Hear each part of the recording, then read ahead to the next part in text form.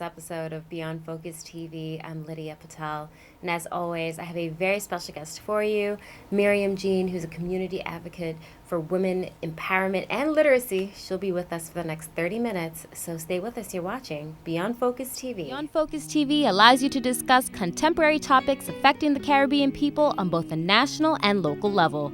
The show features informed guests who offer insight, debate, and evaluate various issues.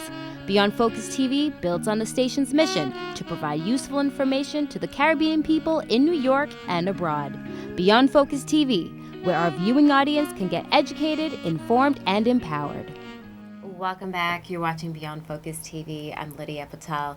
Like I said, I have a very special guest for you. I'm so honored to have Miss Miriam Jean, who's a community advocate for women empowerment and literacy. So such an excellent topic. And Myriam, welcome to the program. Thank you for having me. Well, it's great to have you here. Like I said, women empowerment, literacy, these are really big topics that not just here in New York, but around the world, people could actually be affected from.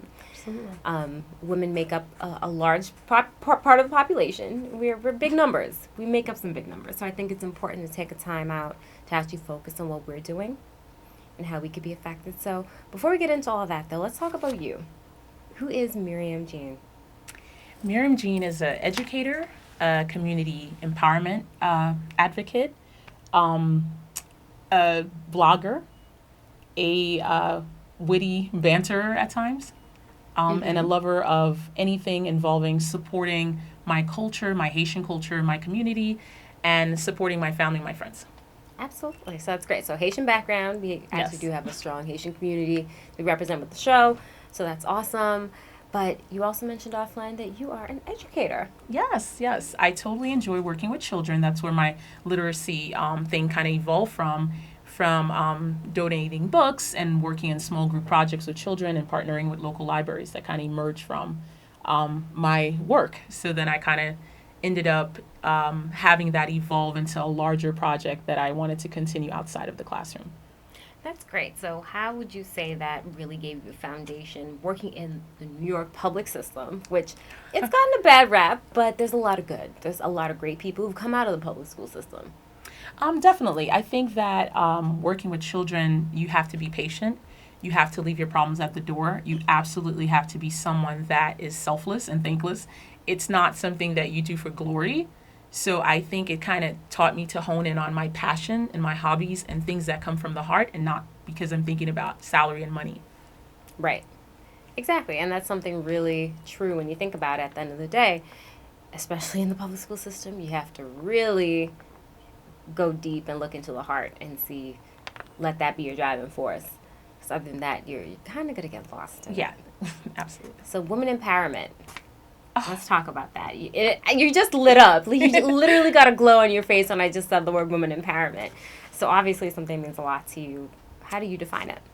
I define it as being uplifting and providing support and being a cheerleader, creating a space that's fun, that's happy for women to come together and engage each other and then make friends as well. So. Well, that's awesome. Definitely I don't think there's enough of that. But where do you really see your mission? Like, this all started out of a professional aspect, but there's still a deep love for it.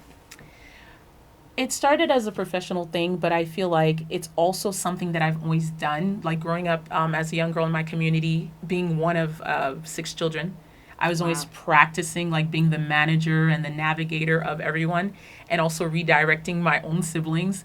And so from that, I kind of like had a lot of practice being part of youth group at church, St. Teresa of Avila. Hi, Zomi. So I had to shout them out real quick. So then I got a chance to be a group secretary, and I participated a lot in small group activities. And that's where my love for community and service kind of naturally emerged. So what are some really big highlights for you in terms of community activism and that really tell me something from years ago? Okay. That really definitely kind of set the tone, that made you really feel like this is important? Well, I initially, when Barack Obama, I have to say this, when Michelle and Barack were going into office, a friend of mine, her name is Chana, she created something called Michelle O Brunch. It was a brunch series. And she got together a dynamic group of young women and we just vibed. It was a natural connection. And, she had doctors, lawyers, educators, different women, and it was like something that kind of lit in me. So once I saw that, I saw it evolved year after year, and now she has this foundation called it's Genie Box, where she has like Magic Mondays, and she tries to get Black women together to connect them on Black Girl Magic. So she has different members being featured every month. So me watching her, she kind of gave me the blueprint for what I'm doing today. And for those who may not fully understand, what is your blueprint? How do you define your blueprint? My blueprint is pretty much where I go to, my foundation that I start from, my starting point, and how I build on it in anything I do. And her approach was, how can I get women to engage in a natural way, in an organic way, where they're going to be building and growing past this event? So for me, I kind of learned that anything I'm doing has to be done organically. People have to want to be in this environment. They have to feel comfortable in this environment. That's going to make them naturally want to come back. And that's really, really good. So what do you do to make things come together so seamless? Well, I think part of it is I tend to like to do things in the daytime. I tend to like to do brunches, day parties, because I feel like not only is it a time where people are the most alert, women are just in a place where they're light, they're having fun, it's the weekend, they're ready to connect. They're not coming after work, which is normally a little bit more stressful. They're just fresh, it's their day, and I think it opens up that space for them to want to connect. And that's important. That's something that's very important for you to really connect everyone together? Yes. Oh, absolutely. Absolutely. Elaborate on that. I tend to go, I think I'm a person that likes to connect people. My friends tend to become friends. Whenever they're together, they tend to keep in touch with each other. So I think that I naturally work as a liaison between different groups of people who wouldn't otherwise be in touch, know each other. And so from that advocacy point of view, I can see the more grassroots things that are happening and then decide to connect them to a representative that's in their borough or a local congresswoman that I may know of. And so I can see all these different people doing all these wonderful programs, and then I'm connecting them to each other.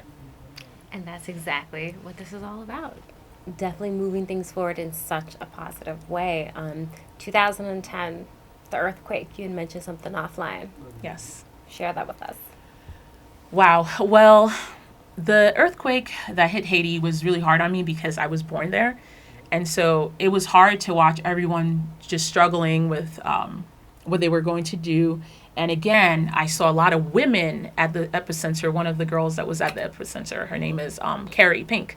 She coordinated an entire drive for food and money, and I was a part of that. And I saw many women coming together to organize. And after the hurricane happened, I kind of felt like if we can do so much from the earthquake, maybe we can take the same approach to organize with the hurricane. So at this point, I was ready to actually go down there, volunteer, collect books, donate my own money, my own time, and get other people to do the same. Wow. So a lot has been going on. You've been definitely busy, and we love that. It's one of those things where you have to keep busy and just move forward in a positive way. But we'll take a quick break. We'll be right back. You're watching Beyond Focus TV. Stay with us.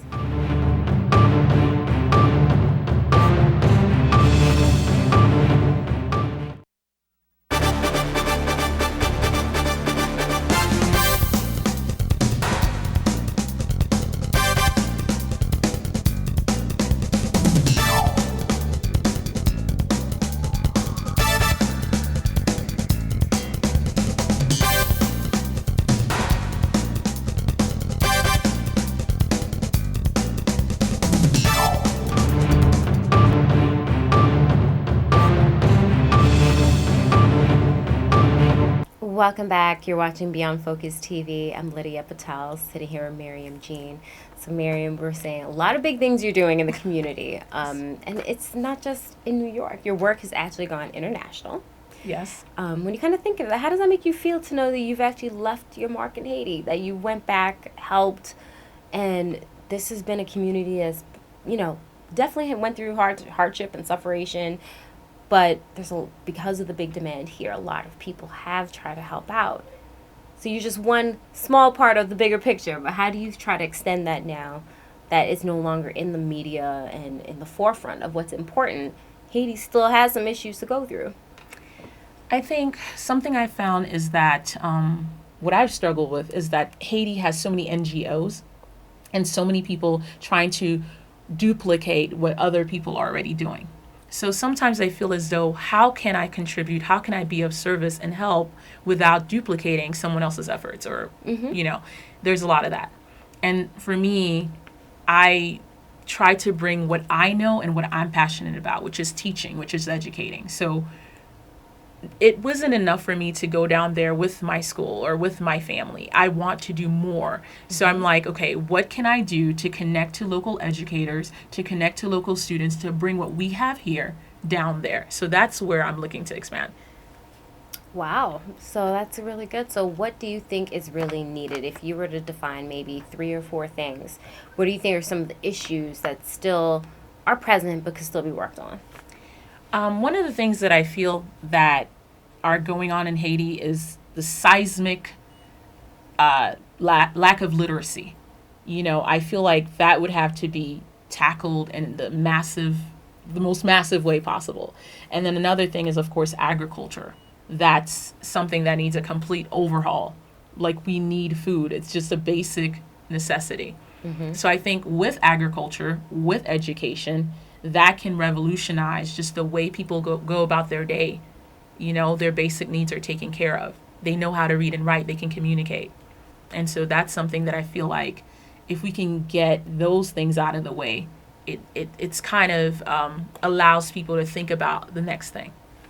So why do you think literacy has taken such a toll in Haiti, not just in recent years, but it's always been something that's, you're trying so hard to survive that certain things do get left to the side, and I get it. But from what you could see, what do you think is one of the reasons why that still gets left out? I think something that I'm observing is that a lot of Haiti's talent leaves the country. When my parents came here, they migrated here in the 80s. A large portion of people migrated even before them in the 70s and the 60s. And I feel like that's Haiti's talent. When people go to college, they leave Haiti. So after high school and college, they tend to leave. So what we need to do is get people to get educated and then remain in the country to then educate others. So I think that's part of the problem, not staying once you're. And that's an interesting point. And if you look at certain models, like in the European model, if you take advantage of the public education there, they make you have to stay and reinvest back into the country for at least 2 years or something. You can't just take the education and be like, peace out. They're not going to allow that. You have to at least give back. We gave you, we invested in you, you have to give back a little bit. But speaking over here now, what do you think are some of the issues that are present day to day that we could still use some work on? Not pointing fingers, but just as an observation. Well, in keeping with what I've been kind of doing my community empowerment with, well, if we're getting into current issues, I'd like to talk about, police brutality or like mass incarceration. These are 2 things that are very close to my heart because I think it hinders Black people from feeling safe in America. I think from a Caribbean's perspective, from an outsider's point of view, I can see the frustration of my fellow Black sisters and brothers. So it's not enough for me to align myself with Africans or with Caribbeans or with Haitians. I also must then align myself with African Americans as well because I live here. And if it weren't for their efforts, I wouldn't be able to be in America, period. None of us immigrants could be in America if it wasn't for African Americans getting rid of slavery. And so with an issue that's so prevalent, such as mass incarceration or like, police brutality, it's so viral and you see it all the time. I find that people have a hard time talking about it. They have a hard time navigating it because it's uncomfortable. And what I do with my social media is I constantly keep police brutality and mass incarceration in the forefront.